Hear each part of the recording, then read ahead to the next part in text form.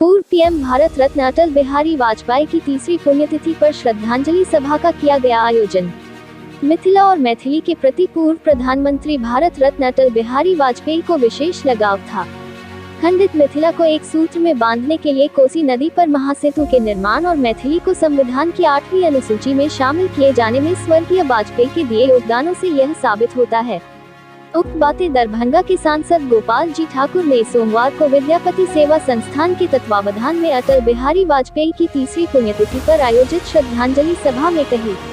अपने संबोधन में उन्होंने कहा कि स्वर्गीय वाजपेयी के सपनों का मिथिला बनाने के लिए संगठित होकर मिथिला मैथिली के विकास की मांगों को सही प्लेटफॉर्म पर रखा जाना समय की जरूरत है। उन्होंने कहा कि 8वीं अनुसूची में शामिल भाषा के अधिकारों का चिंतन करते हुए मिथिला को विकास की पटरी पर लाने के लिए हमें एकजुट होकर प्रयास करना होगा। उन्होंने कहा कि जब हमें संवैधानिक अधिकार मिले हैं तो प्राथमिक शिक्षा में मैथिली की पढ़ाई, धरोहर लिपि मिथिलाक्षर के संरक्षण व संवर्धन सहित राजकाज की भाषा मैथिली निश्चित रूप से बनेगी, लेकिन इसके लिए मिथिला में रहने वाले सभी मैथिलों को अपने अधिकार एवं कर्तव्य का बोध करना होगा। अपने संबोधन में उन्होंने बदले हालातों में मिथिला ने क्या खोया और क्या पाया, इस पर विचार विमर्श करने की जरूरत पर बल दिया। सांसद गोपाल जी ठाकुर ने कहा कि मिथिला क्षेत्र को लेकर बाहर के लोगों की मानसिकता में अब बड़ी ही तेजी से बदलाव आ रहे हैं। बदली मानसिकता के कारण 2 दशक पूर्व तक पलायन को मजबूर मिथिला क्षेत्र में नित नए रोजगार की संभावना पैदा हो रही है।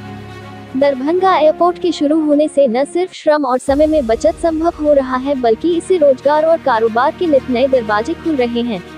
उन्होंने कहा कि उड़ान योजना के तहत दरभंगा में शुरू हुआ हवाई अड्डा नित नई मिसाल गढ़ने के साथ साथ मिथिला क्षेत्र के 17 विभिन्न जिलों सहित पड़ोसी देश नेपाल को भी एक सूत्र में बांध रहा है। उन्होंने विभिन्न योजनाओं की विस्तार से चर्चा करते हुए कहा कि जल्द ही मिथिला क्षेत्र भारत के मानचित्र पर विकास के मामले में अव्वल होगा। उन्होंने कहा कि बहुत जल्दी ही इस क्षेत्र को बाढ़ की त्रासदी से निजात मिलेगा, जबकि सुखाड़ की समस्या का भी स्थायी निदान संभव हो सकेगा। उन्होंने मैथिली भाषा के विकास के लिए जनगणना में अधिक से अधिक लोगों द्वारा अपनी मातृभाषा मैथिली दर्ज कराए जाने को काफी महत्वपूर्ण बताया।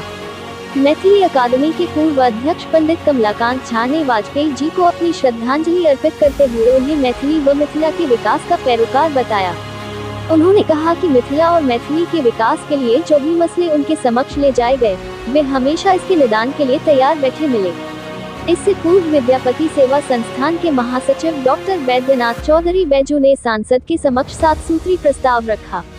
इसमें कोसी महासेतु का नामकरण अटल बिहारी वाजपेयी के नाम पर करने, मिथिला की राजधानी दरभंगा में अटल की प्रतिमा लगाए जाने के लिए जगह उपलब्ध कराने, प्राथमिक शिक्षा में मैथिली माध्यम से पढ़ाई शुरू किए जाने, द्वितीय राजभाषा के रूप में मैथिली को दर्जा देकर राजकाज की भाषा के रूप में मैथिली को स्थापित करने, आकाशवाणी के गीत एवं नाटक प्रभाग को पुनर्जीवित करने, दूरसंचार माध्यमों में अन्य भाषाओं के साथ साथ मैथिली में भी उद्घोषणा शुरू किया जाना आदि प्रमुख रूप से शामिल थे।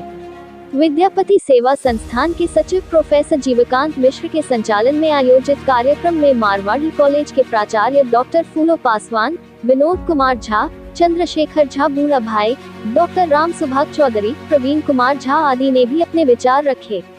डॉक्टर सुषमा झा के गाए गोसाउनी गीत से शुरू हुई श्रद्धांजलि सभा में मणिकांत झा एवं हरिश्चंद्र हरित ने स्वर्गीय वाजपेयी के कृतित्व एवं व्यक्तित्व पर आधारित कविताएं पढ़ी। अध्यक्षीय संबोधन में वरिष्ठ साहित्यकार एवं संस्थान के कार्यकारी अध्यक्ष डॉक्टर बुच्चू पासवान ने मातृभाषा मैथिली के प्रति मिथिला के लोगों में कम हो रहे भावनात्मक आकर्षण के प्रति चिंता जाहिर की। उन्होंने कहा कि प्रतिभा के धनी इस क्षेत्र के लोगों को पढ़ाई, दवाई और कमाई के लिए आज भी पलायन करना पड़ रहा है। यह गंभीर चिंतन का विषय है। धन्यवाद ज्ञापन MMTM कॉलेज के प्रधानाचार्य डॉक्टर उदयकांत मिश्र ने किया। इस अवसर पर वैद्य गणपति झा, मिथिलेश झा, हरिकिशोर चौधरी मामा, चंद्रकांत झा, श्याम किशोर राम, संतोष कुमार झा, प्रेम कुमार झा, दीपक कुमार झा आदि की उल्लेखनीय उपस्थिति रही।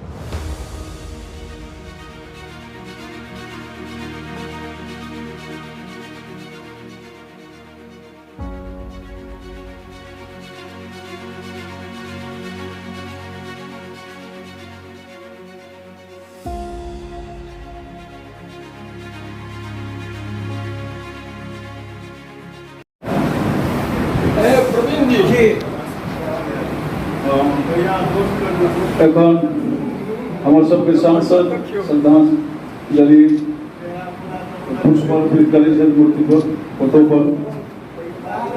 कहियो बाबू एखने 2 मिनट पहले तत्काल भाषण से पूर्व जे जय जय भैरवी असुर वासर रैन सवासन शोभित चरण चंद्र मणि चूड़ा कतौक दैत्य मारी मुँह में लले कतौ गले कल कोरा जय जय भैरवी असुर भयावने जीवन के प्राण वायु संचारे कालक माथा पर निज गाथा अपने ही लिखे मिटावे। कालक माथा पर निज गाथा अपने ही लिखे मिटावे। सरस्वती के भरत पुत्र से बिरले अटल कहावे। सरस्वती के भरत पुत्र से बिरले अटल। शब्द शब्द में शौर्य समाहित अग्निवीण झंकारे। अक्षर अक्षर में जीवन के प्राण वायु संचारे। कालक माथा पर निज गाथा अपने ही लिखे मिटावे। सरस्वती के भरत पुत्र से बिरले अटल कहावे। सरस्वती के भरत पुत्र से। आज पुण्यतिथि था और आदरणीय बैजनाथ चौधरी बैजू बाबू के द्वारा यह आयोजित किया गया था, जिसमें हम लोग जो सरदार अटल बिहारी वाजपेयी भारत रत्न जिनके द्वारा इस मिथिला में एक विकास का अध्याय लिखा गया। आज 34 ईस्वी के भूकंप में जो मिथिला 2 भाग में था, वाजपेयी जी के द्वारा जोड़ने का काम हुआ। आज वाजपेयी जी मैथिली को जो 8वीं अनुसूची में शामिल किए, यहाँ के बच्चा IAS, IPS, BPS, UPSC की तैयारी करके धड़ल्ले से कंपटीशन फेस करके देश और दुनिया में जो अपना योगदान दे रहा है। आज वाजपेयी जी चतुर्भुज योजना से मिथिला को जोड़ने का काम किए। वाजपेयी जी अंत्योदय योजना चला करके गरीबों के बीच में जो काम किया, आज उनका पुण्यतिथि पर हम लोग श्रद्धांजलि देने के लिए आए थे और श्रद्धांजलि वाजपेयी जी को दिए हैं।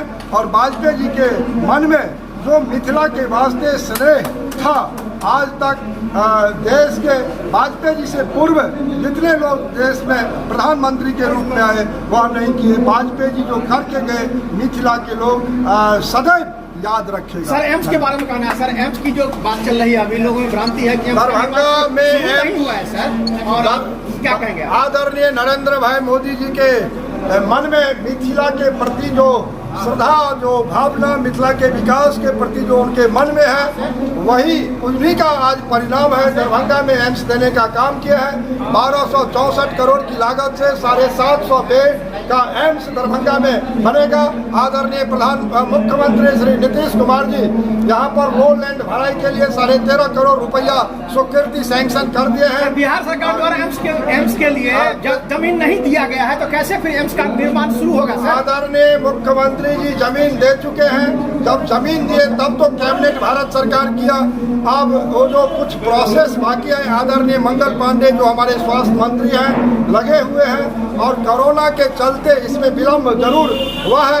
और कोरोना को देखते हुए जो विलम्ब हुआ है उसका भरपाई हम लोग अब करने जा रहे हैं। दरभंगा में एम्स भी होगा। दरभंगा का उड़ान योजना में एयरपोर्ट भी देश और दुनिया में। MSU द्वारा ईंट निर्माण कराया जा रहा है एम्स निर्माण को लेके, और कहा जा रहा है कि हम लोग अब खुद शिलान्यास करेंगे। क्या कहेंगे इस संबंध में आप? कहा था कि जल्द इसका शिलान्यास होगा, क्या कहेंगे सर? हम राज्य सरकार और केंद्र सरकार से आग्रह किए हैं जो बहुत जल्द दरभंगा का शिलान्यास एम्स का हो, इसके लिए प्रयत्नशील हम हैं।